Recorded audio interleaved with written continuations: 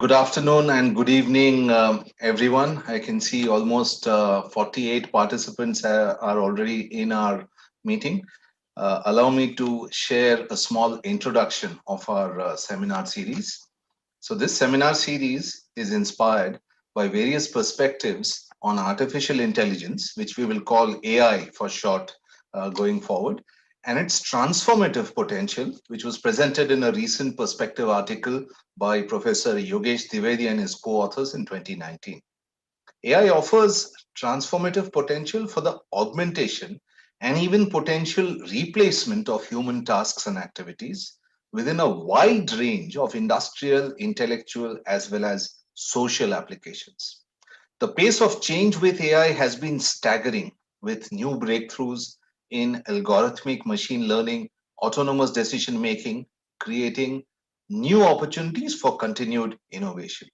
The impact of AI, it can be very wide ranging across industries and sectors such as agriculture, finance, healthcare, manufacturing, retail, supply chain, logistics, utilities, all could be potentially disrupted by AI. So, this seminar series is on the digital future for business and society, perspectives on AI challenges and opportunities. And this is actually a series of 15 seminars. Today's is the second one of them, and it will present various perspectives from a number of leading expert speakers to highlight the opportunities and challenges posed by the rapid emergence of AI. The host institutions are Swansea University and SIBM Pune. And we have great pleasure in welcoming Professor Yogesh Dwivedi. Professor Yogesh is a professor of digital marketing and innovation. He is also the founding director of the Emerging Markets Research Center and co-director of research at the School of Management, Swansea University, Wales, UK. He is currently leading the International Journal of Information Management as its editor in chief, and his research interests are at the interface of information systems and marketing. Our second co host for the day is Professor Ramakrishnan Raman, who most of you know. So, Professor Raman has more than 18 plus years of work across corporates, Godrej and Boyce, as well as institutions like the Vellore Institute of Technology, Kohinoor Group, Carleton University Sprott School of Business, Canada, SP Jain Institute of Management, Symbiosis Center for Information Technology, which he led for more than 3.5 years, and since 2014, Director SIBM Pune. He's also Dean Faculty of Management. His research interest areas are also in information systems, information security, IT strategy, and digital marketing. Allow me to now spend a few minutes introducing our speaker for the day, Vasilis Galanos. So, the title of today's speech or today's talk is The Interplay of Expectations and Expertise in the Construction of AI, Insights from Historical, Sociological, and Political Groundings. And our speaker for today will be Vasilis Galanos, who is based at the Science, Technology and Innovation Studies subject group at the University of Edinburgh. He is currently finishing his doctoral thesis and must be incredibly busy doing that. He investigates the role of expectations and issues of expertise in the R&D, policy making, history, and public portrayals of AI and robotics. His other academic interests include cybernetics, information science, and media studies. He holds degrees in librarianship and information systems, information science, and cultural dissemination and science, technology, and innovation studies. And he has published in various journals. So, Vasilis, welcome to our seminar, and the floor is all yours. I am incredibly honored for this wonderful introduction. I will try and share my screen. So the PDF version. And I will also try and turn off Yes. my camera so that I save bandwidth just in case. I presume you see my screen, my full screen now? Yes. This is excellent. Yes, thank you very much for introducing my title. Indeed, I am writing up my PhD at the moment. I'm also part of a student-led group called AI Ethics and Society in Edinburgh, and we also host bi-weekly meetings. So it could be very fruitful to exchange information afterwards. I can share more information later on. I'm also part of the network of scholars investigating the interplay between society, technology, and science called the Institute for the Study of Science, Technology, and Innovation, based in Edinburgh. And today, I am going to bombard you with information, as all PhD students do. What my talk is basically a patchwork of various projects I've been working lately. Some of them have been published, some of them are parts of my upcoming thesis. So two carry home messages, two spoilers to guide you through the mess I'm going to introduce you to. Think not once, not twice, but thrice before you trust anyone's claims on AI, including myself. And too much focus on the distant future of AI is probably dangerous. So I'm going to offer a slightly heretic view on the futures of AI. And I am glad that this seminar series is based on the futures of AI, because I always try now to be the critical point of view, the balancing force that tries to foster responsibility in the during too much focus on futures.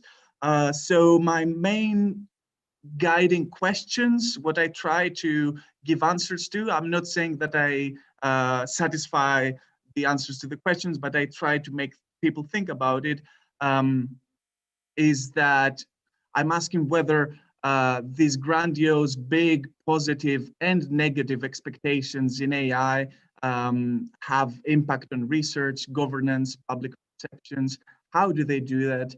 And who is entitled to be a spokesperson of AI?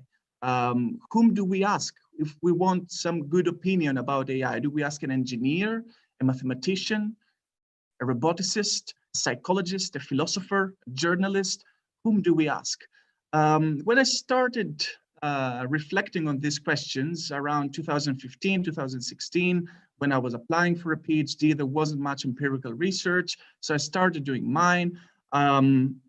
By the time I'm finishing now, there are more people who have been investigating similar questions. So we build a network of similar findings or slightly different findings. So this makes my research quite interesting. On the back of my slide, you see one of the failed robotic experiments funded by DARPA. You can, if you want to have some laugh about the future of AI, you can search on YouTube DARPA challenge, DARPA robotic challenge, and you will see the state of the art in current robotics, AI robotics. We'll begin with a short anecdote, a little story from Edinburgh. So here in Edinburgh, we've got three main universities, three big universities. One of them is Heriot-Watt University, where they do have a very good robotics department. And they wanted to test one of their supermarket assistants. They developed a supermarket assistant, and they reached out to a big local supermarket called Margiotta, and they said, "Can we test the robot?" In a week's time, the robot didn't do very well. The customers were slightly scared, frustrated because the robot couldn't give good instructions. And eventually the owners of Margiotta basically called the university people, and they said, "Can you pick up this robot, please? It scares away the customers." When this happened, a journalist was there. and they covered up the event. The local newspaper had a friendly title, Ragiota Shoppers Say Farewell to First Robot Worker. But then you know how internet online journalism works. Once the news is out from a local newspaper, it's been picked up by a slightly larger newspaper. So just an hour later, you could see at the Telegraph, Fabio the robot sacked from supermarket after alarming customers. To say that it's sacked, it means that the robot has consciousness. It's like a human being. Then a few hours later, the Times store fires robot server Fabio for pushing shoppers' buttons. And then just a few hours time, robot working in a supermarket fired with capital letters after a week as it scares human customers by the Mirror. So it's a very big newspaper.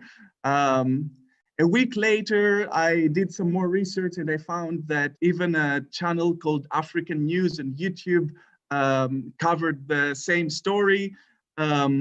So this was an example of the hype, of what we call the hype. So I started to unpack the situation.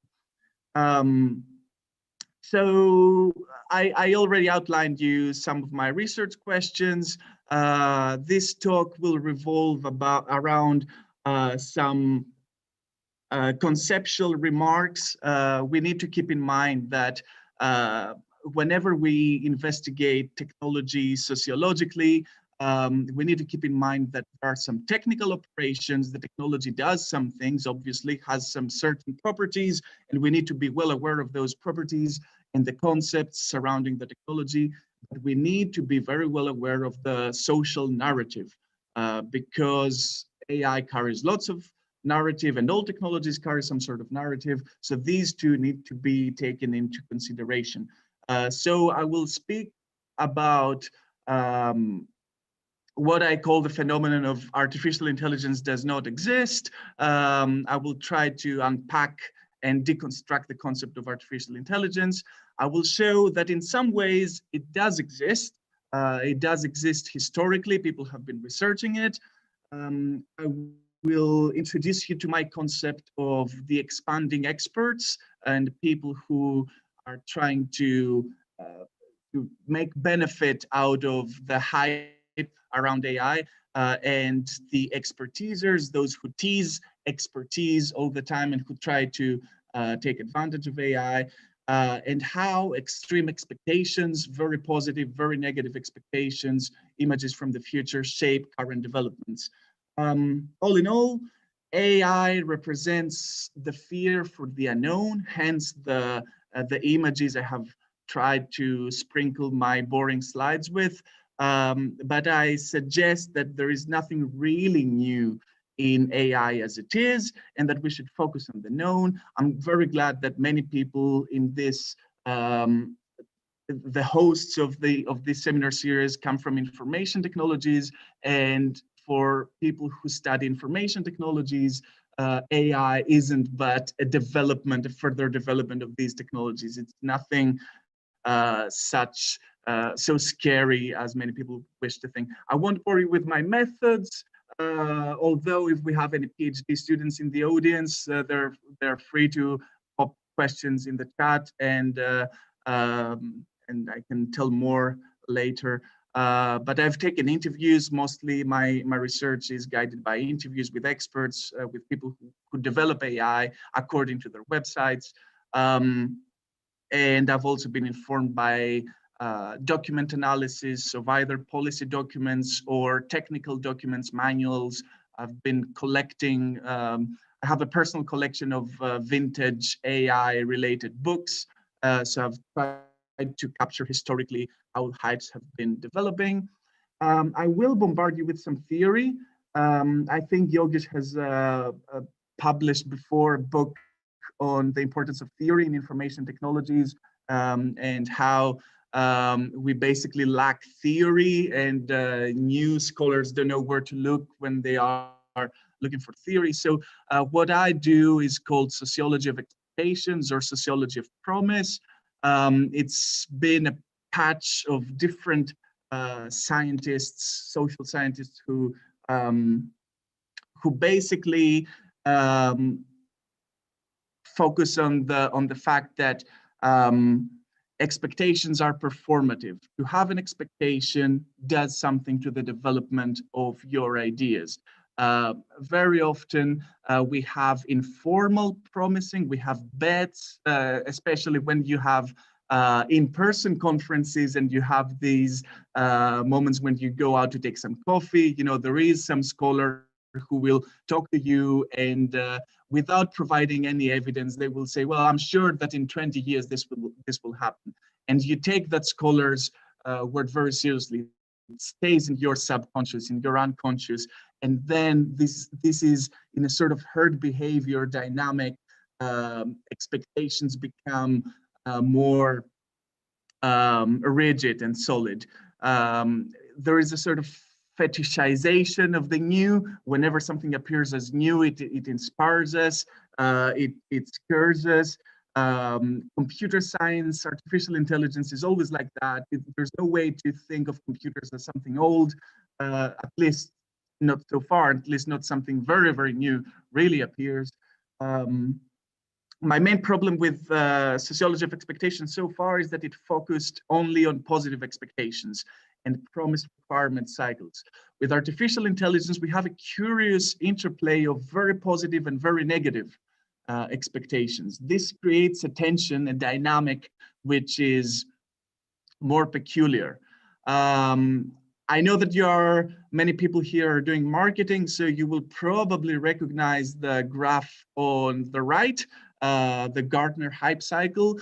I believe that for many marketing business analysts, this is something like a holy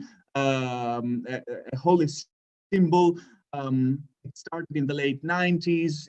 It's been proven to be very effective. So any new technology starts as a trigger. There is a moment of hype when everyone tries to catch up with it. Then this is followed by tentative disillusionment when we realize that technology cannot deliver what is initially promised. And then we have sometimes in some technologies, we have the so-called trough of enlightenment, where we realize what the technology can do, and then we have a sort of tentative closure. Although this happens, and indeed Gartner has been quite successful in doing that, a critical version of that says that because of the initial success of Gartner's hype cycle, it created a promise requirement cycle, that any technology works like that. But for example, an interesting question would be to look at Gartner's hype cycles every year and look at the trough of disillusionment and see which technologies didn't make it to the enlightenment and why didn't they make it. And if we do so, then we see many political underpinnings underneath. The other scheme I have on the left, which is more sort of guiding my research, is called the certainty trough, or according to other people, the uncertainty trough. It's a qualitative diagram, despite the fact it looks like a quantitative one. So on the left side, you have the uncertainty of the expert. The person who constructs technology knows what can go wrong. So their uncertainty is relatively high. Whenever I ask people who work with AI, what will the future of AI be? They are not so certain when they speak about it, because they know that AI is very much dependent on many different factors, such as funding. On the very right of the diagram, you see the uncertainty of the public or of the user, of the person who is not directly involved with the technology. So if I go out to a cafe in non-lockdown circumstances, and I speak to a random person waiting at the queue about my research, they will be very uncertain about AI, much more than the person who engineers it. But in between, we have the intermediaries. We have people who make advertisements. We have people who have some benefit from the idea of AI, and their uncertainty is very low. Their certainty is very high. So we have rhetoric, we have people who speak with certainty about AI. AI will do this in 10 years' time. It's sure that this will happen. Well, these people usually they have never coded any line of code in their life, most probably. So certainty is a weird, is a tricky concept. One final bit of theory before I proceed with my analysis of AI. This is where the expertise is further analyzed. So until roughly the 60s, in STS, our colleagues in Cardiff, Harry Collins and Robert Evans developed this theory that roughly until the 60s, there was a definitive line separating the people who know and the people who don't know, the expert and the lay person. But during the 60s, pretty much, when HIV activists played a role in shaping knowledge about health, when democracy in science started to be more ubiquitous, the boundaries shifted and the public could inform science. And then Collins and Evans in 2002, they published an article and they said that, well, now everyone has become an expert in something, and this might be dangerous. So they said that we need to reserve some pockets of expertise to make sure that some science is kept intact. Of course, we need to have some interplay between the needs of the public, the needs of the users in the shaping of science and technology, but we also need to make sure the credentials of the person we are referring to when we do science have to be somehow official in a sense. My problem with it is that it just checks for the vertical relationship between expert and non-expert, but it does not check for expertise across disciplines. So my concept of the expanded expert, and I will talk more about it later, is the person who is expert in one field. So for example, I am an expert, say in healthcare, and I know a lot about healthcare. And all of a sudden, I begin to talk to people who don't know about science, about physics. How much do I know about physics? They think of me as a scientist, the scientist in some sense, but they don't know that I know nothing about physics. I only know about healthcare. So this is the expanding expert, the person who uses their expertise in something to be a spokesperson of other fields of expertise. So these are my two coins, the expanding expertise and the extreme expectations. And I will begin with some conceptual, contextual, and historical questions around AI. Once a constructivist, always a constructivist, as my spiritual guide, Wiebe Biker, says, AI, before the coinage of the term, has a very long history. We see that in mythology, we see that in Finnish mythology, such as in Kalevala, we see it in ancient Cyprus, Pygmalion and Galatia, ancient Greece, in Judaic mythology, the golems. We see it in novels such as, or fairy tales such as Geppetto's Pinocchio, Mary Shelley's Dr. Frankenstein's monster. Karel Čapek's Rossum's Universal Robots was a theatrical play that gave its name to robotics.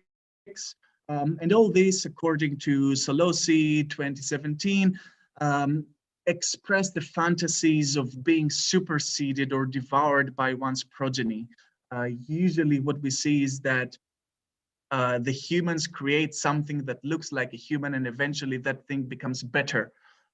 So this is very true nowadays when we speak about AI taking away our jobs and the unemployment fears and so on, or the projection of human anxieties for an extremely rational and mechanized self, and the irrational violence of domination and control, or the fear of the mad scholar. So these are the fears we get with drones and the use of AI technologies in warfare and these kind of futures. Post 2010, we had a resurgence of AI robotics related films. This is very telling of the hype nowadays.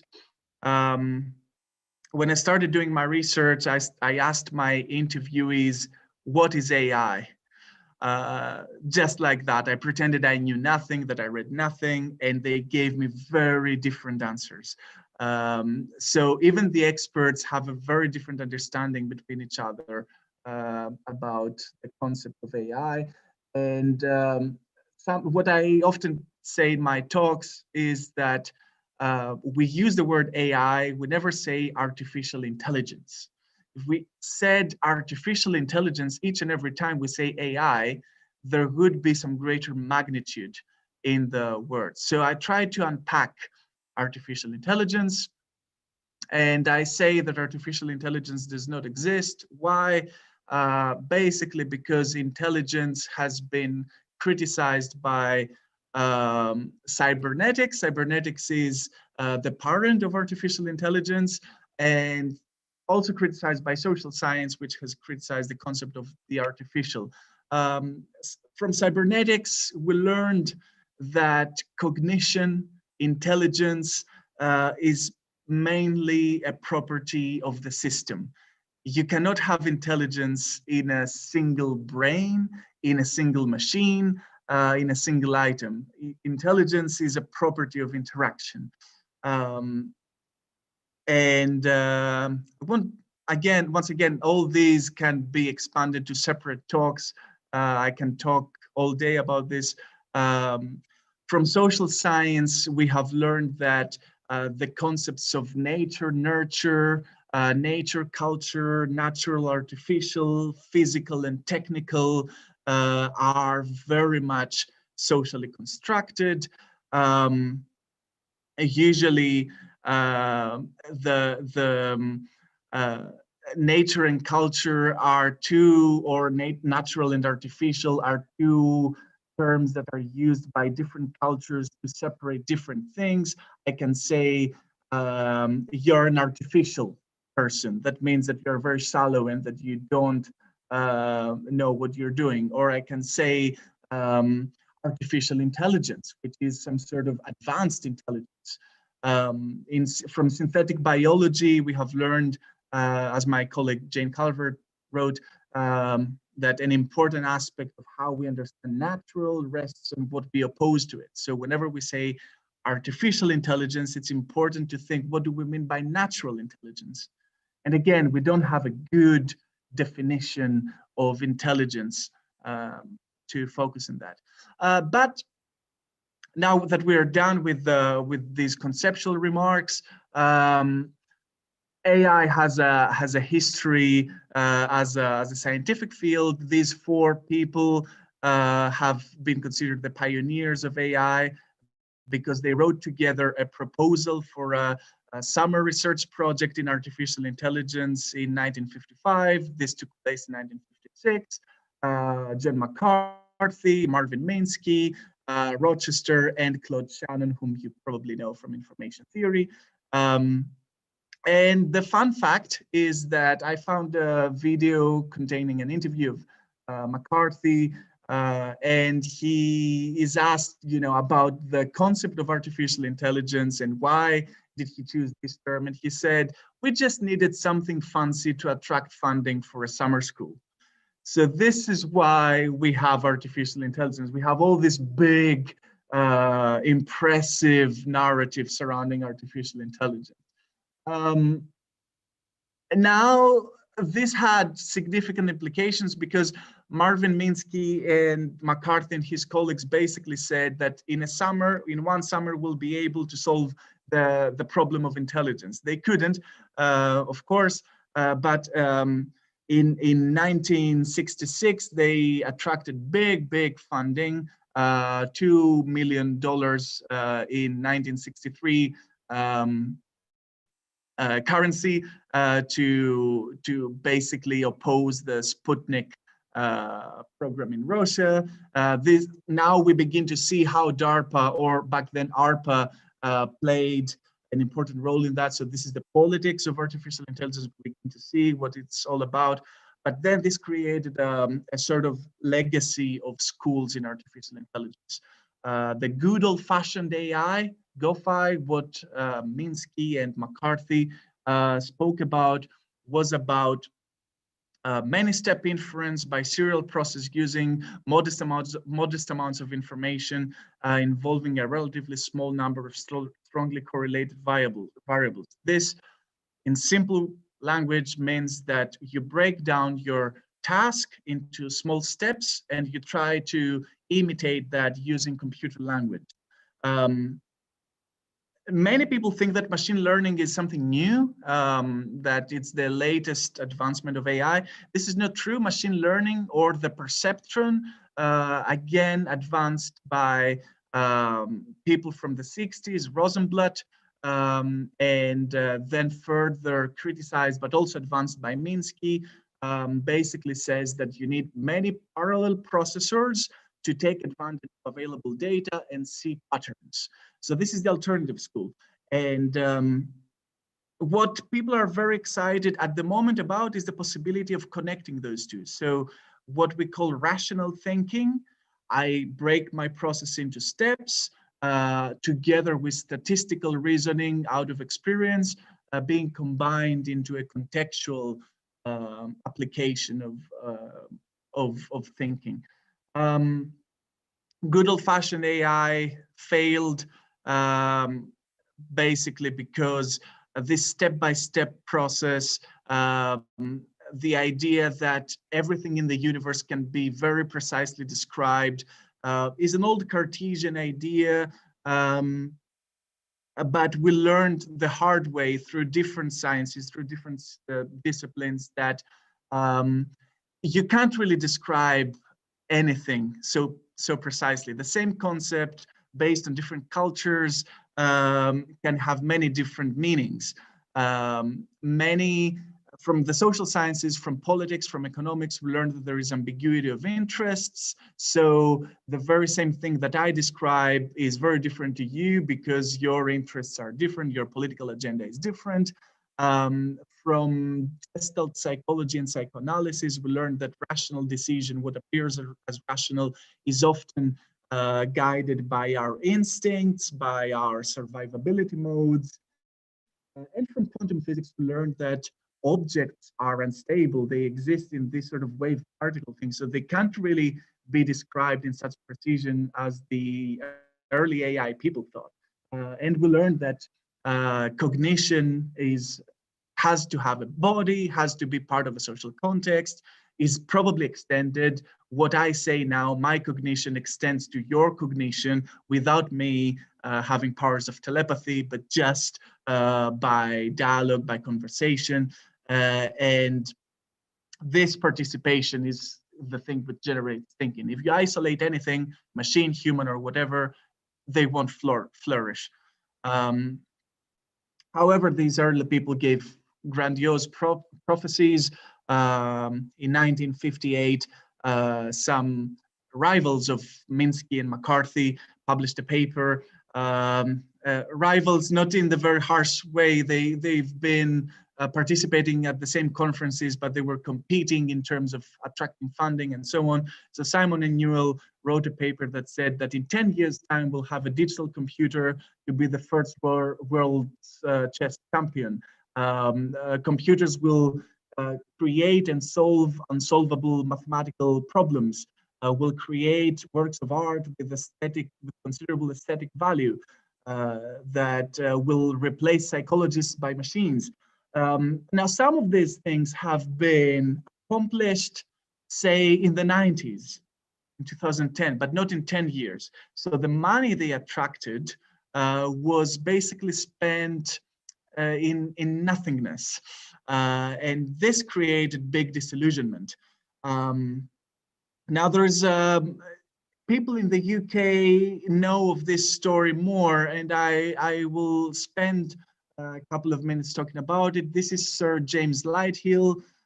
He was chair of the chair of Lacasian mathematics, and he belonged in this sort of peculiar lineage of Lacasians who criticized attempts at artificial intelligence. So Lighthill was commissioned by the UK government to write a report on artificial intelligence, and he dumped artificial intelligence. He wrote an extensive report about how artificial intelligence was unable to deliver its promises in 1973. And this had severe impacts on AI research. Many researchers had to move, to change their positions, to go to different countries. And another ex-Lacasian, Stephen Hawking, was also criticizing AI in the recent years. I will return to this soon. At the same time, people who have been criticized about the undeliverability of their promises, they suffered from interdepartmental rivalry. So people in AI used to compete within their departments about, no, this is my right way of doing AI. No, this is my ideal way of doing AI. And this sort of destroyed AI for a few years. This created the first round of disillusionment. Then in the in the mid 80s, we had the second wave, the second round of hype, which took place in different countries. Japan was the first who initiated the 5th generation computers program. They came up with big promises. This basically scared the Americans, who responded with the Strategic Computer Initiative program, again funded by DARPA. And in the UK, we had the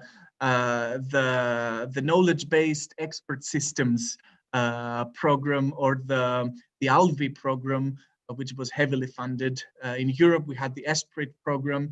But the interesting thing in Europe and the UK was that, according to my interviewees, I've interviewed some people who lived through these rounds of hype. Back then, they say we weren't allowed to use the word AI because of Lighthill, because of the AI winter thing. So we had to invent a new name. So expert systems was basically the same technology, diagnosing systems, things that we have now, using statistical reasoning. But we gave promises, but we were unable to deliver them. Now I've been investigating the history of AI. There aren't many books written about it. My PhD contributes a little bit to the history of AI. And the question is this over-promising a form of hubris? When AI people promise a lot, is this some sort of arrogance? Some people have told me it might be a motivational statement. You know, I'm telling you good things, I inspire you, and then we make something out of it. Or maybe we don't, but at least we have motivation. And some other people say that this is some sort of justified exaggeration, that AI wasn't a scientific field, a discipline, so you need to exaggerate a bit whenever you want to establish yourself as a researcher and as a discipline. So it's a question of rhetoric, it's a question of ethics, of morals. How do we use these expectations? This is a diagram depicting the AI winters up until the mid-2000s. This is it begins with the Dartmouth workshop, big hype until the early 70s, Lighthill report, 5th generation computers, and then with the internet bubble in the 2000s, we have a sort of new trough of hype. This is where we live now. Sometimes I make the claim that we might see a third AI winter soon, so that we need to take care. What Gruden found in this paper that I cite very often is that whenever we have an AI winter, we have a human-computer interaction summer. That means that through the understanding of whether there can be cognition in machines, we understand that there is more in the interface between human and machines. So we had information technologies during the 90s being the predominant hyped thing until eventually we returned to AI.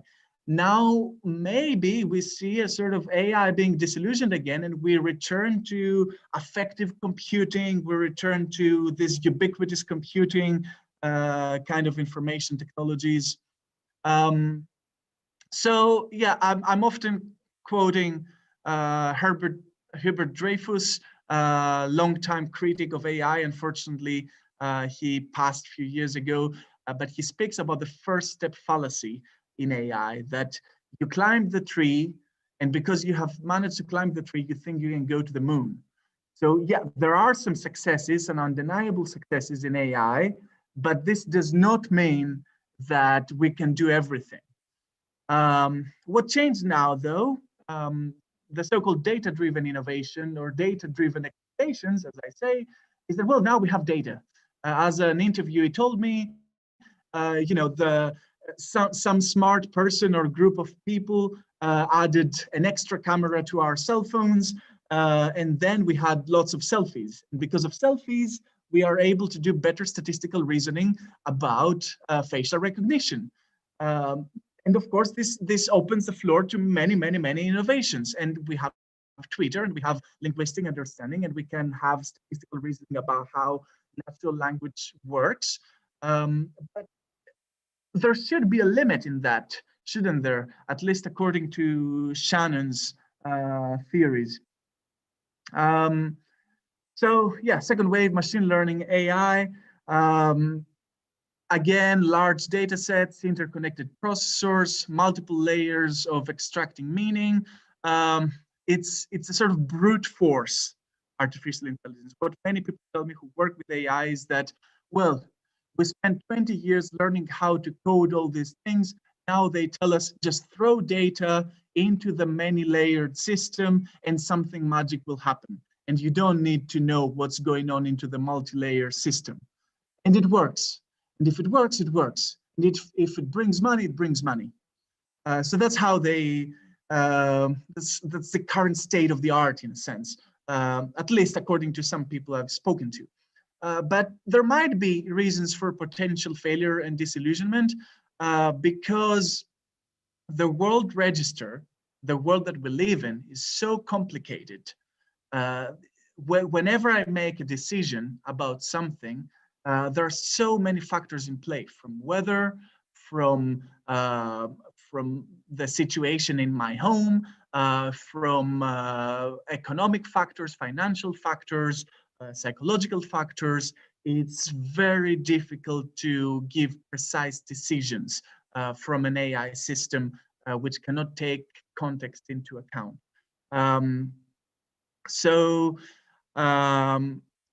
In a sense, this kind of reasoning echoes superstitious behavior, sort of magical behavior, that if this happened, then probably this happened. It's a sort of magic causation, and those who know statistics know very well that correlation does not imply causation. Very often we speak of correlations and we think of causations, but this is not the case. So also very often the outcomes of this data-driven processes echo the ideologies or the biases of the world which creates those systems. So we have sometimes what we call racist algorithms and so on. I hate those terms because the algorithms aren't racist. The humans who throw the data into the machines are racist. Some simple examples are, for example, Google Show and Tell. I quote CADS 2017. It's a great article about the limitations of current artificial intelligence. So these two pictures, historically significant from apartheid from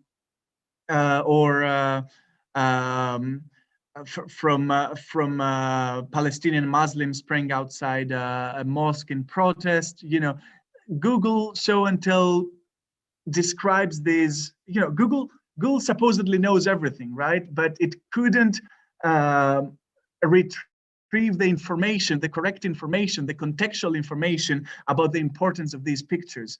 So it understood the praying people as a parking lot because of the visual resemblance, and the white people giving passports to the apartheid people as a crowd of people. So it denies, in a sense, all the historical significance of these pictures. Now, would you trust this system to diagnose you with a disease? Some philosophers say that this returns us into a very behavioristic philosophy, that numbers speak for themselves and that there's no room for emotion. On the other hand, I try to be heretic in my own heresy as well. I say that sometimes we might be biased against bias. So two scholars I often cite, as you have often seen so far, Toby Walsh and Brian Candle-Smith. Toby Walsh says that, well, a large aspect of machine learning is concerned with deciding the most desirable type of bias to give a program. So you cannot have an unbiased machine, right? All machines are biased because ourselves are biased. I know the language that I speak, and I am biased towards this language. If I don't speak, for example, ancient Greek, I will not try to use that language, right? So I'm biased. So the question is, what kind of bias do we want to put into the system, and how do we do it? How do we train the system correctly, according to our needs? And you might hear many people talk about explainability in artificial intelligence. And Candle-Smith says, well, basically, that's the good dimension of that system, that they don't explain themselves, that you just throw the data into the system and they make a big statistical underlying reasoning, that if you force them to explain themselves, the systems, you will end up with symbolic AI, with step-by-step processing, and this will lead to nonsense, to very long pieces of text that make no sense, because it's trying to explain why I don't like bad weather. Well, I don't like bad weather, but some people do, and it would be an irrelevant question to try to explain why I don't like bad weather. Moving to some political, practical, and psychological questions. So between 2013 and 2019, we have this sort of new type of hype, as mentioned already. You might have read David Willett's Mr. Two Brains policy exchange report, The 8 Great Technologies from 2013, in which he added robotics as a part of the Industrial Challenge Fund, robotics and AI. We had McKinsey sort of saying, oh, you need to catch up with AI now because the numbers will be big very soon. We had experts like Toby Walsh saying, well, by 2062, we'll have full-blown artificial intelligence. And there's this new narrative of, yeah, we were unable to do it in the 70s and in the 90s, but this time we can do it. So there's this sort of promissory environment. Nick Bostrom, philosopher, published a book called Superintelligence. It's a relatively difficult book to read. It's not a very light book, but it became a bestseller, and you could find it at the airport bookstores. You know, to me, this, if you can find a book at the airport, it means that this book is successful. So Superintelligence uses a survey. In the first page is the outcomes of a survey where many experts say that at least by 2075 we'll have superintelligence. That is a sort of artificial intelligence which is more intelligent than the human intelligence. Now this book, this survey, this table had a footnote number because the details are not explained in the main text, and you need to go back to the footnotes with the small letters to see how the survey was conducted. And basically, most of the participants at the survey weren't AI experts. Some of them were, and these were the ones who gave the more conservative views that maybe we won't have super intelligence, but most people who gave the answers that we'll have super intelligence and quite soon were philosophers or external people surrounding AI, but not exactly AI people. So this is how hype is created, you know, it is science, but it's not very honest science, I would say. And something similar happened with Gary Moore. You might have heard of Moore's law in 1960s. In 1965, Irwin Good published a paper called Ultra Intelligence, basically saying the same thing as Bostrom said, heralding the same problems. And you might have heard in the late 90s, early 2000s, the hype about the singularity. All these are interconnected concepts. They differ to a minute detail within each other, but the main idea is that you isolate a factor. So for example, you say that I noticed a difference in the size of turkeys from 2 years ago and now. So that means that if we have larger turkeys now, in 100 years, we'll have massive turkeys in the size of a human, and they will overrule humans. But reality doesn't work like that. Social context is important in these sort of predictions as well. Stakeholders who fund AI-related projects will not care in developing a sort of super intelligence that will dominate humans or something. We don't have the resources and the electricity to run so intelligent beings unless, I don't know, we create some sort of sustainable, ever-creating electricity source. We have climate change, and there are more serious problems to deal with than super intelligence. The other fallacy I often denote as the Megazord fallacy, with an allusion to the Power Rangers series from the 90s, is the Megazord fallacy. So you can think, so in Power Rangers, there was this massive robot controlled by Power Rangers that was the outcome of many smaller robots. So many people think that we have all these small technologies, facial recognition, medical diagnosing, all these little successes in artificial intelligence, what I call low epistemology artificial intelligence. And if you combine them, the outcome will be larger than the sum. So this will be a high epistemology AI if you combine them. But convergence, technological convergence, is the main reason that the second AI winter happened in the 90s, because all these technologies weren't able to converge.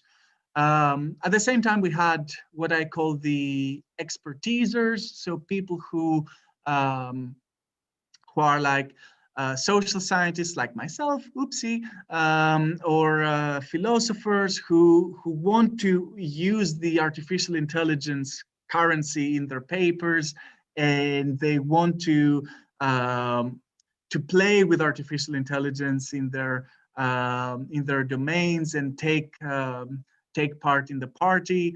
And they are more and more, like every day we see another Future of Humanity Institute, another Future of Life Institute, Center for Future of Intelligence, Center for the Study of Existential Risk, many AI ethics initiatives. All the ethicists come, and with little or no knowledge of AI, they speak about AI ethics. I asked my interviewees about the singularity and these kind of ethical problems. They all used one single word: rubbish. This is all rubbish. And that's why I call it the singular rubbish phenomenon, because it's just, it distorts from actual problems. Again, there is deep political underpinning in it, like in the 80s with the 5th generation program in Japan, when the US was competing with Japan. Now DARPA has announced their next campaign on AI. They're recruiting people. They want to combine knowledge and artificial intelligence. They give big promises, and China is the new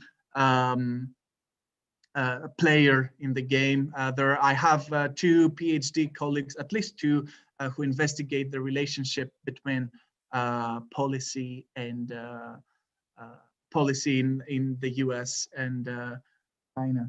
Am I running out of time? I think I'm running out of time. I will. No, Vasilis, please continue. I think we can go a little beyond time as well. Your talk is incredibly interesting. So I would request you to continue. Thank you very much, Sandeep. If we need to stop at any time, please let me know. Will do. Okay, so moving to the policy thing, I published a paper. I think this was the paper that Yogesh saw initially and invited me to participate in the collated paper. This is where I introduced the concept of the expanding expert, and I noticed the sort of movement of expertise between 2014 and 2018. In 2014, people such as Stephen Hawking, physicist, cosmologist, together with Max Tegmark, more of an influencer or futurist, I would say, physicist as well. They published a paper on the Independent, the newspaper, which was followed by a publication without Hawking's contribution, which basically said that the long-term impact of AI might be dangerous for humanity. Just a few days later, Elon Musk, influencer, investor, said something very similar. And all of a sudden, this has been picked up by many newspapers saying that world-leading experts say that AI will be dangerous for humanity and that there is an existential risk. But the thing is, Stephen Hawking was one of my inspirations as a kid. Like I felt very bad that I had to criticize Stephen Hawking about his views on AI. But most of my interviews told me, well, Stephen Hawking is a great scientist, but he didn't know anything about AI. It's as me speaking about geology. I would never speak about geology because I know nothing about geology. Finally, there is a paper from 2001, published peer-reviewed paper complaining about Stephen Hawking's claims about geology. So Stephen Hawking has been trying to speak about everything. That's why he became a popular icon eventually. So Elon Musk eventually commissioned an open letter to sort of establish some research priorities for robust beneficial artificial intelligence. Stephen Hawking was part of that. It started, so these two names, Hawking and Musk and Hawking, appeared in the news in 2014, 15, all the time about, and they were deeply related with AI. If you said that you're investigating AI to any person at the cafe, they would say, oh, these things that Elon Musk and Stephen Hawking are doing. And you're like, well, no, they don't really do AI. They just talk about it. Stephen Hawking gave a Reddit Ask Me Anything session. So a famous person goes on Reddit and many people ask questions and that person is responding. And Hawking made a similar statement about artificial intelligence. And this was written form. It could be copied and pasted very easily. You could send the links to people.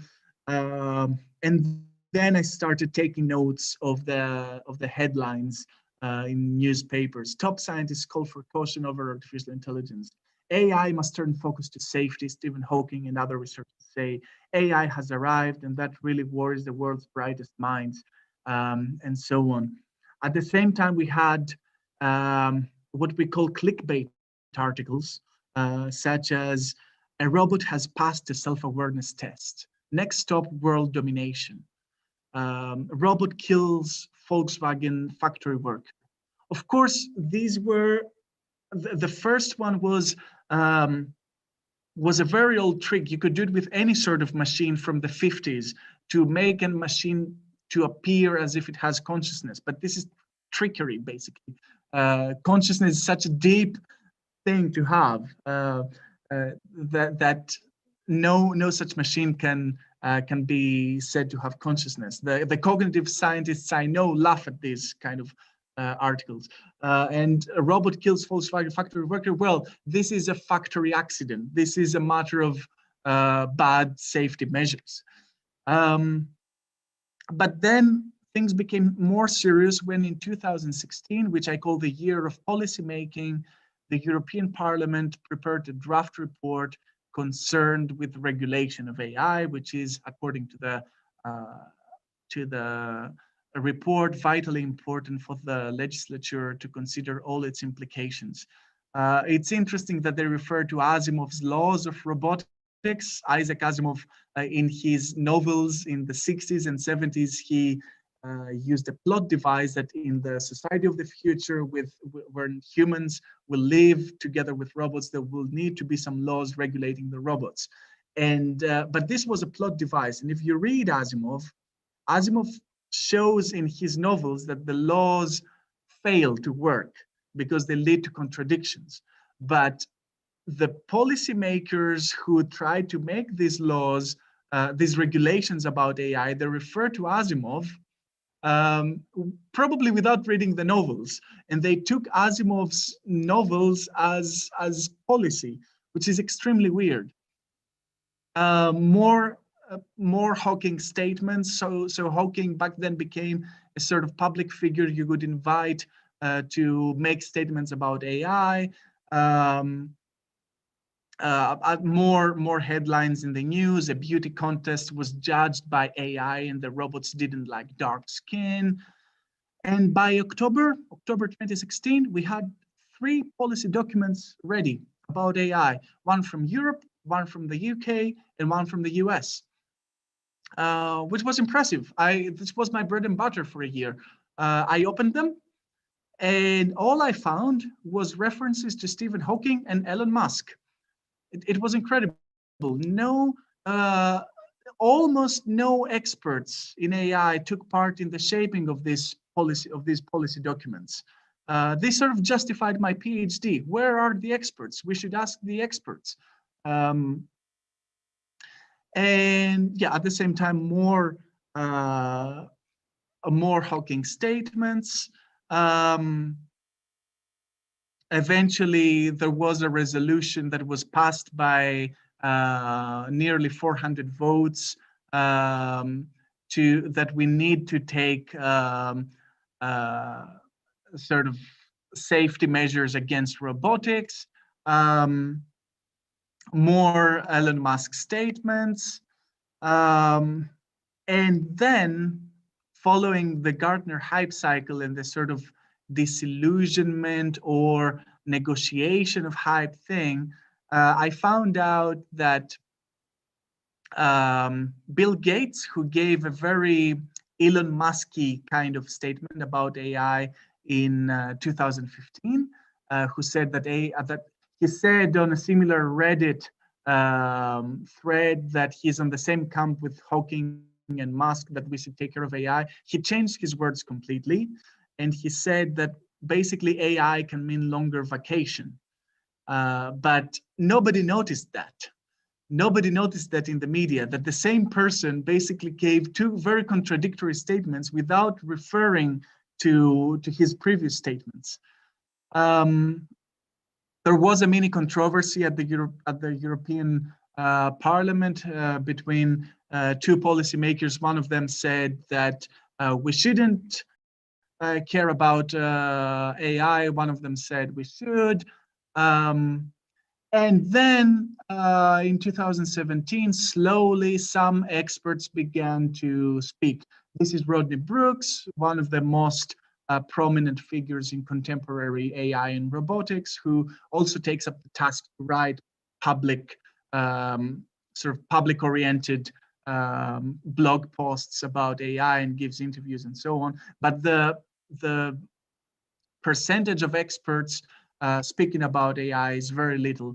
In 2018, we reached sort of stability. This is the House of Commons latest big report on AI. If you haven't read it, I highly recommend you to read it. It's a great text, and it finally takes into account experts, where people are invited to offer interviews. But we had to go through this entire process of messiness. But then once this happened, this allowed me to delve deeper into the experts' minds, what's going on in people's mind. And I understood that there are generational gaps, and that there is a sort of nostalgia in the minds of early AI researchers who speak about contemporary AI being shallow and cheap, and that this is not AI, this is just something else, or younger people who see AI as a way to attract funding. So there is some sort of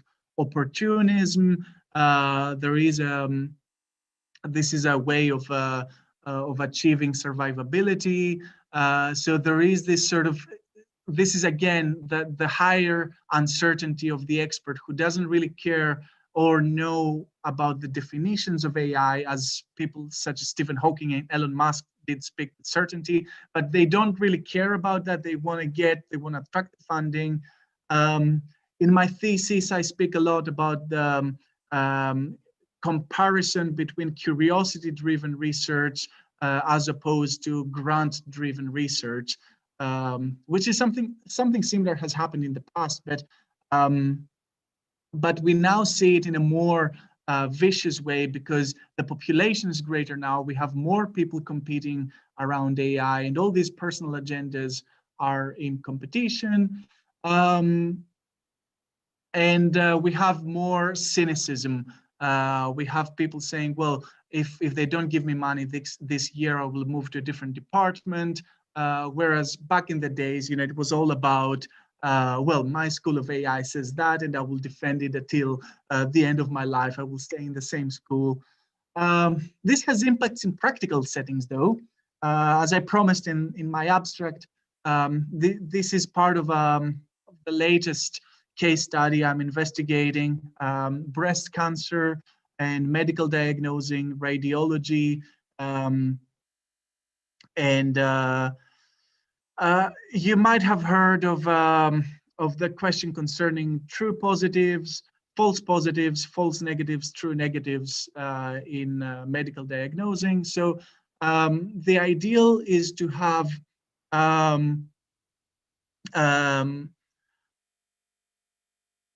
a true negative. So you don't have cancer, right? If you have a true negative, it means that the system is correct. If you have a true positive, it means that the result is good, but you have cancer. And then with the false positives and false negatives, a false positive, it means you have no cancer, but you think you have because the system said so. And a false negative is that, well, deadly, you think that you don't have breast cancer, but the system says that but you actually have, so this is deadly. So there's a new hype now. These are Google Scholar statistics underneath, showing the citations of articles. So we have one of the latest issues of Nature was dedicated to that.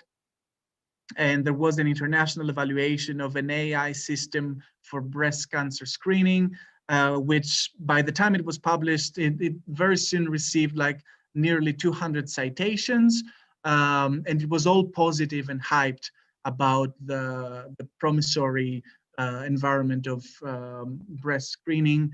In the very same issue, there was an article much more detailed, dissecting all the details of the system that was presented in the first article, showing all its limitations.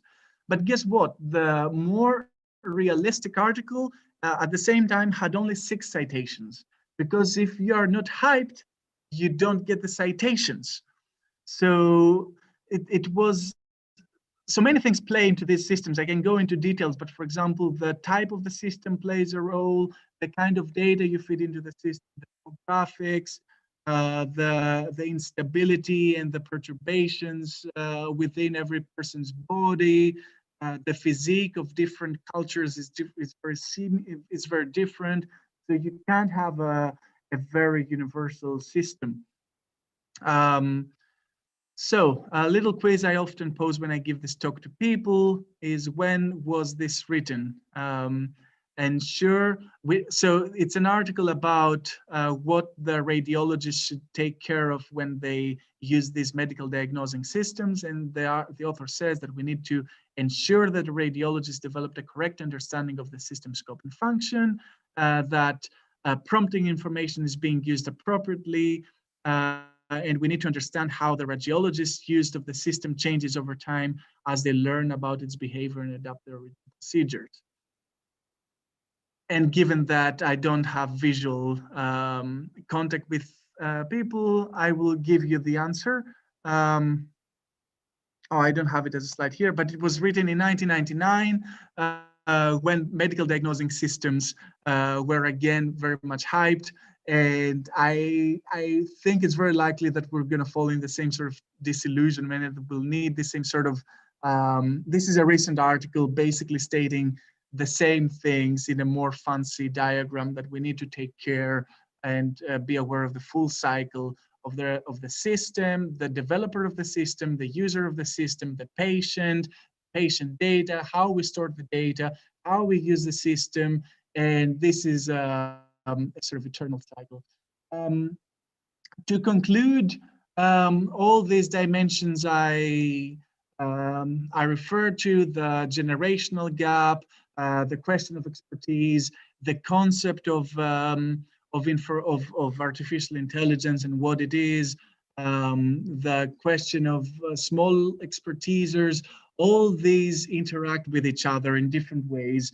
I try to make this sort of hexagram type of diagram where I showed how every point I made basically connects to another, and this creates the messiness of the system. But we can survive if we are aware of all these factors that are in play. There are conceptual factors, political factors, individualistic factors, technical factors that we need to take care of.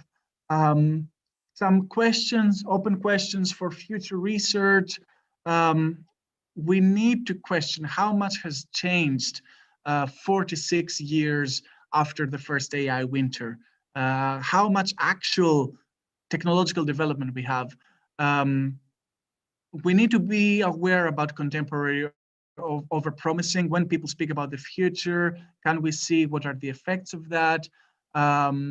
We need to be alert. Is there a case of a new AI winter? How to avoid it? We need to be aware that hype is misdirecting from actual factual challenges and opportunities. I used to say, let's make unhype the new hype, but I realize now that unhype is actually hype, and this is also dangerous. So if you see people who are saying there's nothing new at all in AI, distrust them too. They also serve some sort of individual agenda. So some hype is healthy, but some hype is not. So we need to use the hype towards AI's benefit. We need to foster healthy AI skepticism. This is my proposal to people who like computer science and so on. We need to teach AI history in those departments. We need to investigate AI history, and we need to form a strategic alliance between informaticians, computer science, social scientists, and given the context of this talk, business analysts, industry analysts, but also guiding AI niches between medicine, policy, journalism, fiction. This is the AI Ethics and Society group we are holding at Edinburgh. We have a talk today, actually, in a few hours. These are my colleagues. Thank you very much for your attention. Sorry for running over time, but it was a great pleasure to speak to you. And I will stop sharing my screen. Here I am. Efkaristo Vasilis. Thank you very much. Παρακαλώ. It was an absolutely wonderful talk. It's perhaps the best talk I have heard from a researcher. You blended humor, visuals, which I've never seen in a talk from a researcher. Amazing visuals. In fact, offline, I'm going to ask you the sources of all those pictures which had those retro looks.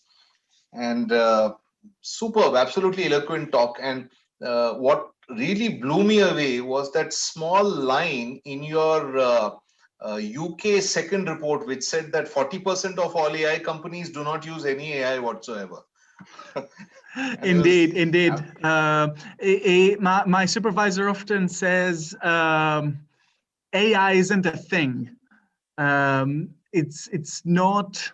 And I have some interviews who told me, people speak about an AI, put an AI in your system, but AI is a concept. It's like physics. You can't say put a physics in your system.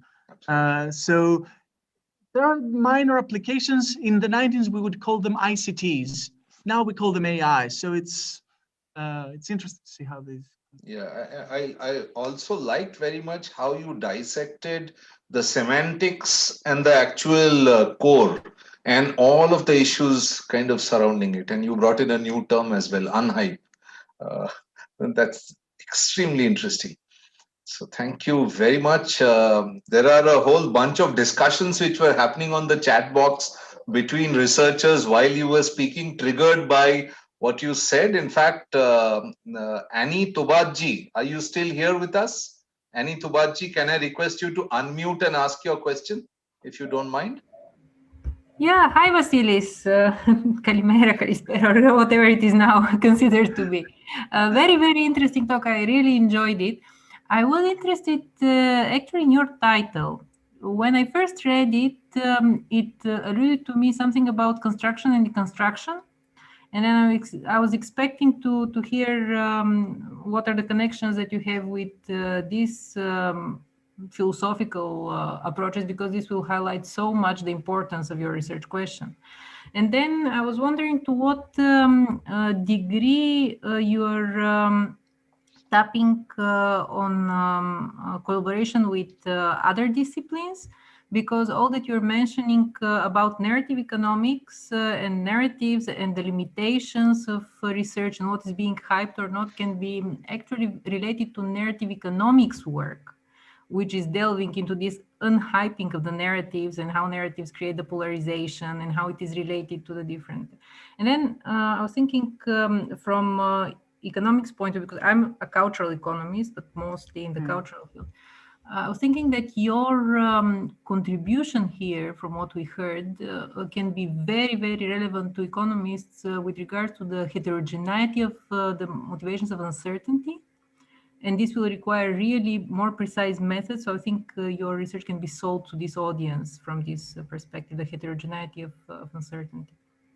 So thank you very much, and all the very best with your work. And also, I didn't understand who is your supervisor.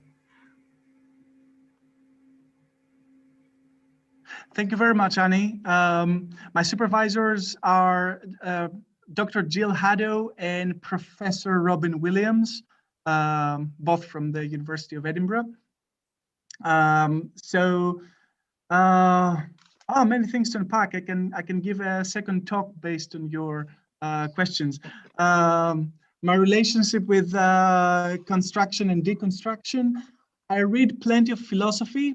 I think deconstruction in Jacques Derrida's way of looking at it is probably infiltrated in my view of the world. I enjoy to deconstruct it, but I don't refer to Derrida because I don't make specific use of his theory of deconstruction.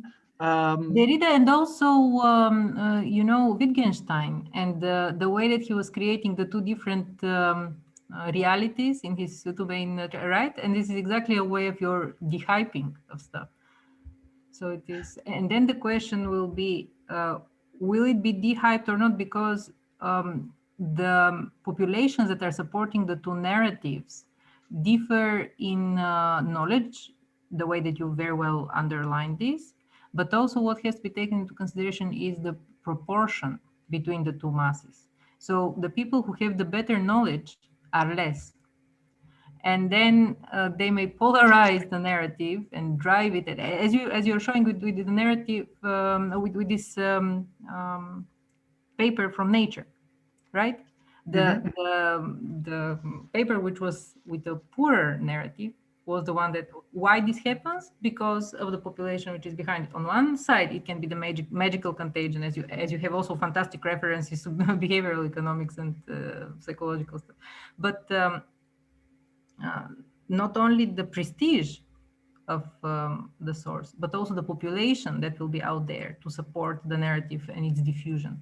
So that's exactly where you can link very well with the narrative economics. Maybe the two of you can connect on ResearchGate and LinkedIn and continue your discussions forward. My short response to that, and I will try and respond to the other questions you made. I will refer to a scholar from Edinburgh who is actually honorary professor at the business school here at Edinburgh, James Fleck, who has coined the term innoffusion, which is innovation which happens through diffusion. So indeed, if we see the hype and hype sort of polarities as a binary, maybe we'll miss a portion of the truth. So what happened with ICTs or with the internet was that when the users made use of the technology, we found very unexpected ways that the technology could be used.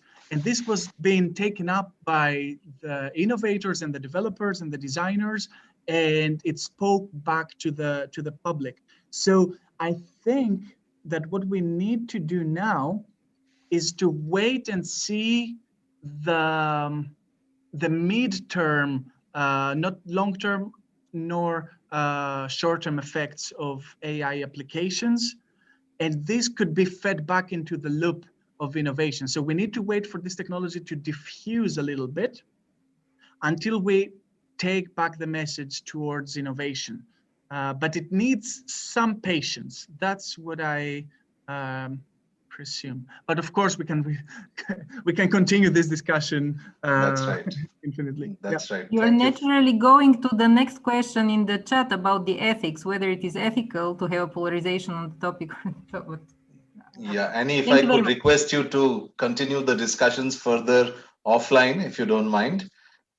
We've completely run out of time, but there is one last question from Annabel Gutierrez, where she's asked, given the importance of data for AI, do you have any data ethics framework reference that you recommend to look at?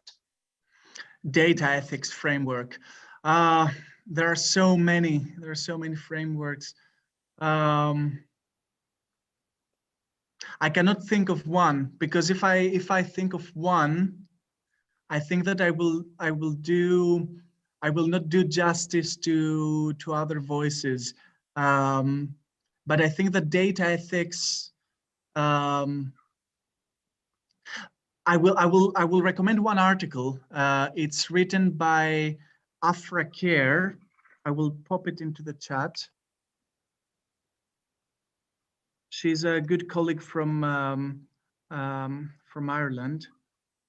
Afra Care and colleagues.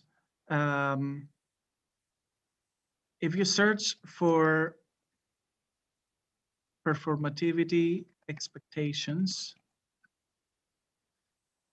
if you search for these terms in Google Scholar, you will find an excellent article in which Afra Care interviews people who work with data ethics and who show and they show how data ethics is currently shaped by expectations. So it's weird to think of data ethics as a source to guide expectations, because expectations themselves guide data ethics. So I shouldn't say that because I have an entire group called AI Ethics and Society, but that's why we focus on the interplay between the societal and the ethical. These are like yin and yang. They shape each other constantly. So I think that the best framework is to think that ethics is performative and is also performed. This is my view on it. Thank you, Vasilis. We could go on and on. In fact, I wish I could be a fly on the wall and listen to some of your other talks, especially your PhD defense, which must be imminent, right? Or is it over? It's not over. I'm still writing some chapters. I change my mind all the time about how to phrase certain things. Okay. But that's how science works. Yes, yes, indeed. Indeed. But I want to thank you again for this wonderful opportunity. I wish we keep in touch in person at some point, that I visit you at Swansea. Please, please. Look forward to that. I have actually had the opportunity to visit your wonderful city of Edinburgh. A few years back, I was on a trip to Scotland and to Glasgow, and I took a couple of trips to Edinburgh. A wonderful place for education and university teaching and research. Absolutely. To be honest, I came here for holidays first, and then I decided I should study here. You're mostly welcome to come back anytime. Serendipity, serendipity. So great talk. Thank you so much. We still have almost 60 participants with us. At the peak, we had reached 80. So that shows you how interesting your talk was. And like I said, you've been a rare researcher to blend in humor and visuals in a topic that can be quite abstract. So you've kind of sifted the hype from the content. So many thanks. Look forward to staying in touch. I would also like to thank all of our participants who logged in and listened to you with great attention. And today's session was made possible by our IT team at SIBM Pune, led by Ragesh Bhagewadi. So he hosted the entire infrastructure for our meeting. So many thanks to he and his team as well. Vasilis, I really look forward to staying in touch and maybe collaborate at other times. Please do join our next talk if possible. It's on the 4th of February. As I mentioned, it's a series of talks that we have. Our next talk will be by Professor Marijn Jansen, who is a professor of ICT from Delft University of Technology in Netherlands. It's on adaptive governance for trustworthy AI. That's the topic on the 4th of February. So once again, many thanks. Have a good evening and look forward to